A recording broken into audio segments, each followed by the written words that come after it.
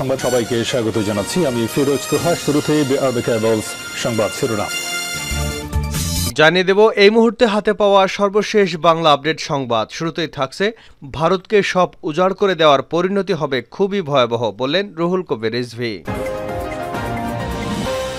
এবারে জানাবো, কয়েকটি বড় হাসপাতাল পরিদর্শন করে একজন ডাক্তার হিসেবে খুবই লজ্জা লাগছে, বললেন বর্তমান স্বাস্থ্যমন্ত্রী ডক্টর সামন্তলাল সেন।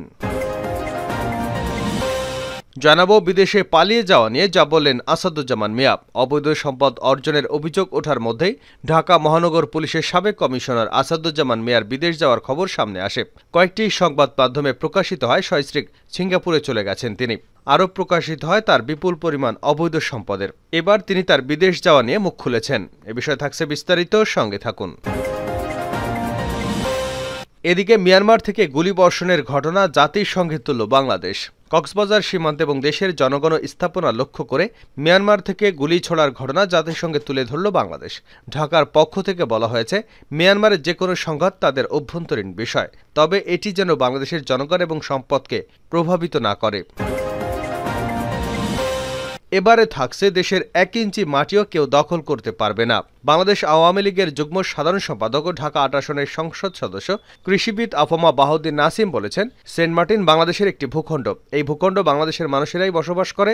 তাদের জীবনের মূল্য অনেক বেশি। তাদের জীবন এবং জীবন মান সমুন্নত রাখা বর্তমান সরকারের দৃঢ় অঙ্গীকার। এই ভূখণ্ড কারো দ্বারা ক্ষতিগ্রস্ত হতে দেওয়া হবে না। শেখ হাসিনা ক্ষমতায় থাকা অবস্থায় দেশের 1 ইঞ্চি মাটিও কেউ দখল করতে পারবে না। এবং সর্বশেষ জানাবো আন্তর্জাতিক সংবাদ, গাজায় গণহত্যায় মিশরীয় সৈন্যের কান্না।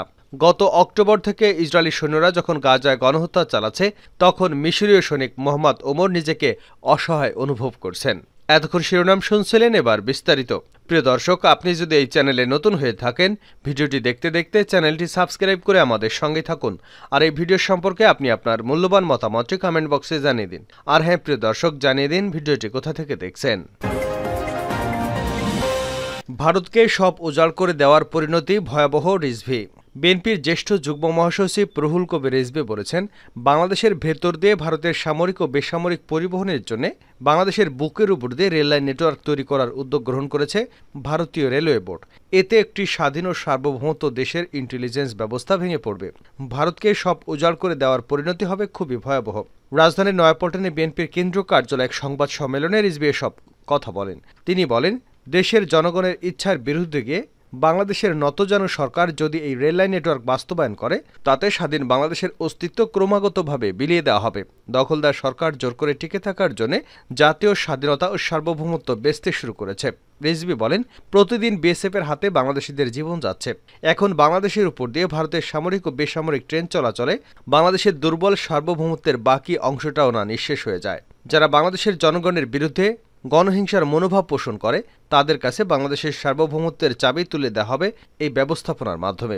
তিনি আরও বলেন, দেশে ব্যাপক বেকারত্ব, চরম মূল্যস্ফীতি, জাতীয় রিজার্ভের ভয়াবহ পতন, ডলার সংকট চলছে, বিপুল পরিমাণ খেলাপি ঋণ, ব্যাংকগুলো খালি হয়ে যাওয়া, জ্বালানির নিশ্চয়তা ছাড়া একের পর এক ভাড়াভিত্তিক বিদ্যুৎ উৎপাদন কেন্দ্র বিনির্মাণ, হাজার হাজার কোটি টাকার ভর্তুকি দিয়ে দেশের অর্থনীতির কোমর ভেঙে ফেলা হয়েছে। ব্যক্তিগত আয় এবং জীবনযাত্রার মান দিন দিন প্রকট আকার ধারণ করছে। রিজভী বলেন, দেশের আর্থিক খাত এখন সবচেয়ে বিপর্যস্ত ও নিরাপত্তাহীন। নৈতিকতাহীন, অপচয়, অনিয়ম, দুর্নীতি, অব্যবস্থাপনার কারণে ব্যাংক খাত এখন খাদের কিনারায়। ভয়াবহ আর্থিক খাতের দুরবস্থা থেকে মানুষের চোখ সরানোর জন্য সরকার এখন নানা তামাশা ও চক্রান্তের আশ্রয় নিয়েছে। এবারের ঈদে মানুষ নিরানন্দে দিন কাটিয়েছে। কয়েকটি বড় হাসপাতাল পরিদর্শন করে একজন ডাক্তার হিসেবে লজ্জা লাগছে। স্বাস্থ্যমন্ত্রী ডক্টর সামন্তলাল সেন বলেছেন, যে সমস্ত ক্লিনিকের অনুমোদন নেই বা চিকিৎসা সেবা দেওয়ার মতো মানসম্পন্ন নয়, সেগুলো বন্ধ করে দেওয়া হবে। প্রান্তিক পর্যায়ে স্বাস্থ্যসেবা পৌঁছে দেওয়ার জন্য সরকার বদ্ধপরিকর। আমরা সেই আলোকে কাজ করে যাচ্ছি। স্থানীয় সংসদ সদস্যরা যদি উপজেলা স্বাস্থ্যসেবা নিয়ে স্বাস্থ্য কমপ্লেক্সগুলোতে নজর দেন, তবে স্বাস্থ্যসেবার মান উন্নয়ন হতে বাধ্য। দুপুরে উপজেলা স্বাস্থ্য কমপ্লেক্সে ডাক্তার ও স্থানীয় গণ্যমান্য ব্যক্তিবর্গদের নিয়ে অনুষ্ঠিত এক মত বিনিময় সভায় এসব কথা বলেন তিনি। সাংবাদিকদের এক প্রশ্নের জবাবে স্বাস্থ্যমন্ত্রী ডক্টর সামন্তলাল সেন বলেন, সম্প্রতি অ্যানেস্থেশিয়া প্রয়োগের কারণে অনেক রোগী মারা গেছেন। বিষয়টি আমরা আমলে নিয়ে কাজ করে যাচ্ছি। অ্যানেস্থেশিয়া ড্রাগ হ্যালোজিন, এটার ব্যবহার নিষিদ্ধ করা হয়েছে। এটা যে হাসপাতাল বা ক্লিনিকে ব্যবহার করা হবে বা যে ফার্মেসি বা দোকানে বেচাকেনা করা হবে, তাকেও শাস্তির আওতায় নিয়ে আসতে হবে। এরই মধ্যে বিষয়টি কঠোরভাবে গ্রহণ করা হয়েছে, দুজনকে গ্রেপ্তারও করা হয়েছে। স্বাস্থ্যমন্ত্রী আরও বলেন, ঈদের ছুটিতে রাজধানী ঢাকার কয়েকটি বড় হাসপাতাল ভিজিট করে একজন ডাক্তার হিসেবে লজ্জা লাগছে। একটি হাসপাতালের ইমার্জেন্সিতে গিয়ে বোঝা যায় ওই হাসপাতালের ভেতরকার অবস্থা। একজন ডাক্তার হিসেবে খুবই লজ্জিত হই।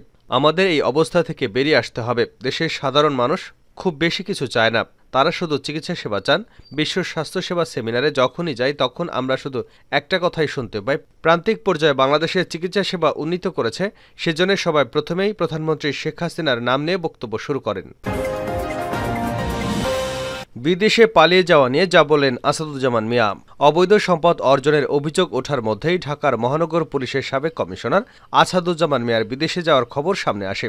কয়েকটি সংবাদ মাধ্যমে প্রকাশিত হয় সস্ত্রীক সিঙ্গাপুরে গেছেন তিনি। এবার বিদেশে যাওয়ার কারণ জানিয়ে ডিএমপির সাবেক এই কমিশনার জানালেন, আগামী 22শে জুন দেশে ফিরছেন তিনি। বুধবার দেওয়া এক ভিডিও বার্তায় আসাদুজ্জামান মিয়া বলেন, আমি অত্যন্ত উদ্বেগের সঙ্গে লক্ষ্য করছি, দু একটি মিডিয়া খবর প্রকাশ করেছে যে আমার বিরুদ্ধে অভিযোগ ওঠার পরে আমি সস্ত্রীক বিদেশে পালিয়ে এসেছি, যা মিথ্যা, বানোয়াট ও ভিত্তিহীন এবং উদ্দেশ্যপ্রণোদিত। মূলত হৃদরোগের চিকিৎসার জন্য ডাক্তার এবং পূর্ব নির্ধারিত সময় অনুযায়ী আমি চিকিৎসার জন্য দেশের বাইরে এসেছি। চিকিৎসা শেষে আমি 22 তারিখে দেশে ফিরব ইনশাল্লাহ। তিনি বলেন, আমার বিরুদ্ধে দু একটি মিডিয়ায় অবৈধ সম্পদ অর্জনের অভিযোগের যে খবর প্রকাশ হয়েছে সেটি অসত্য, বানোয়াট এবং অতিরঞ্জিত এবং উদ্দেশ্যপ্রণোদিত। জ্ঞাত আয়ের বাইরে আমার জ্ঞাত আয়ের সঙ্গে সামঞ্জস্যপূর্ণ নয় এমন কোনো সম্পদ আমার বা পরিবারে নেই। মূলত একটি চিহ্নিত মহল দেশের বাইরে থেকে এবং দেশের ভেতরে থেকে এ ধরনের অপপ্রচার করে আমাকে হেয় করার জন্য, সামাজিকভাবে আমার এবং আমার পরিবারের সদস্যদের সামাজিক মর্যাদা ক্ষুণ্ণ করবার জন্য, তাদের হীন স্বার্থ চরিতার্থ করার জন্য আক্রোশমূলক এবং এ ধরনের হীন অপপ্রচার চালিয়ে যাচ্ছে। অবশেষে ডিএমপির সাবেক এই কমিশনার বলেন, আমি সম্মানিত মিডিয়া কর্মী ভাইদের কাছে অনুরোধ করব, আমার এবং আমার পরিবারের সম্মান ক্ষুণ্ণ হয় এ ধরনের বানোয়াট, মিথ্যা, ভিত্তিহীন অপপ্রচার থেকে সবাই বিরত থাকবেন। সম্প্রতি আসাদুজ্জামান এবং তার পরিবারের বিপুল পরিমাণ সম্পদের খবর প্রকাশ পায়। এরপরই দেশজুড়ে শুরু হয় নানা আলোচনা সমালোচনা। দুর্নীতি দমন কমিশন ঈদুল আজহার ছুটি শেষে তার সম্পদের বিষয়ে অনুসন্ধান কার্যক্রম শুরু করতে পারে। আসাদুজ্জামান মিয়া 2015 থেকে 2019 সাল পর্যন্ত ডিএমপির কমিশনার হিসেবে দায়িত্ব পালন করেন। পরে তাকে জাতীয় নিরাপত্তা সংক্রান্ত সেলের প্রধান নির্বাহী কর্মকর্তা পদে নিয়োগ দেওয়া হয়। 2022 সালের সেপ্টেম্বরে তার চুক্তির মেয়াদ শেষ হয়। মিয়ানমার থেকে গুলিবর্ষণের ঘটনা জাতিসংঘে তুলল বাংলাদেশ। কক্সবাজারের সীমান্তে দেশের জনগণ এবং স্থাপনা লক্ষ্য করে মিয়ানমার থেকে গুলি ছোড়ার ঘটনা জাতিসংঘে তুলে ধরল বাংলাদেশ। ঢাকার পক্ষ থেকে বলা হয়েছে, মিয়ানমারের যে কোনো সংঘাত তাদের অভ্যন্তরীণ বিষয়, তবে এটি যেন বাংলাদেশের জনগণ এবং সম্পদকে প্রভাবিত না করে। জাতিসংঘ মানবাধিকার কাউন্সিলের 56তম অধিবেশনে রোহিঙ্গাদের মানবাধিকার পরিস্থিতির উপর অনুষ্ঠিত সংলাপে বিষয়টি অবহিত করা হয়। জেনেভায় জাতিসংঘের বাংলাদেশের স্থায়ী মিশনের সংবাদ বিজ্ঞপ্তিতে এ তথ্য জানানো হয়। সংলাপে ঢাকার পক্ষে বলা হয়, নানা সীমাবদ্ধতা সত্ত্বেও বাংলাদেশ 7 বছর ধরে প্রায় 12 লাখ রোহিঙ্গাকে আশ্রয় দিয়ে আসছে। মিয়ানমারের রোহিঙ্গাদের প্রত্যাবাসন এই সংকটের একমাত্র সমাধান। জেনেভায় বাংলাদেশের স্থায়ী মিশনের ভারপ্রাপ্ত স্থায়ী প্রতিনিধি সঞ্চিতা হক সংলাপে বাংলাদেশের পক্ষে অংশ নেন। তিনি বলেন, বাংলাদেশের রোহিঙ্গা প্রত্যাবাসন শুরুর জন্য সংশ্লিষ্ট সব পক্ষের সঙ্গে যোগাযোগ অব্যাহত রেখেছে। এ বিষয়ে তিনি রাখাইনে রোহিঙ্গাদের আত্মীকরণের জন্য তাদের জীবিকার ব্যবস্থা উন্নয়নে বিনিয়োগ করতে আন্তর্জাতিক সম্প্রদায়ের প্রতি আহ্বান জানান। তিনি মিয়ানমারের যুদ্ধরত সব পক্ষকে রোহিঙ্গাদের সুরক্ষা দেওয়া এবং তাদের নিরাপত্তা নিশ্চিত করার আহ্বান জানান। তিনি বাংলাদেশে আশ্রয় নেওয়া রোহিঙ্গাদের জন্য পর্যাপ্ত মানবিক সহায়তারও আহ্বান জানান।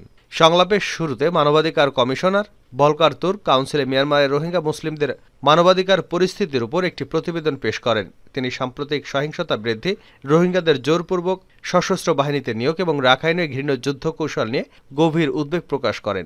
জাতিসংঘের মানবাধিকার কাউন্সিলের এই অধিবেশন 18 জুন থেকে শুরু হয়েছে এবং আগামী 12 জুন পর্যন্ত চলবে।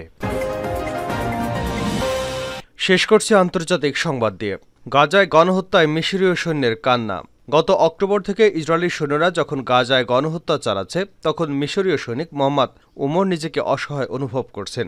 23 বছর বয়স্ক ওমর মিশরের উত্তর সানায়ের টহল দেওয়ার দায়িত্ব পালন করছেন। গাজা রাফা সীমান্তেও তার টহল সীমার মধ্যে রয়েছে। মিশর ও ইসরায়েলের মধ্যকার নিরাপত্তা চুক্তি অনুযায়ী এটি সামরিক এলাকা। এখানে সৈন্যরা কেবল হালকা অস্ত্র হাতে রাখতে পারবে।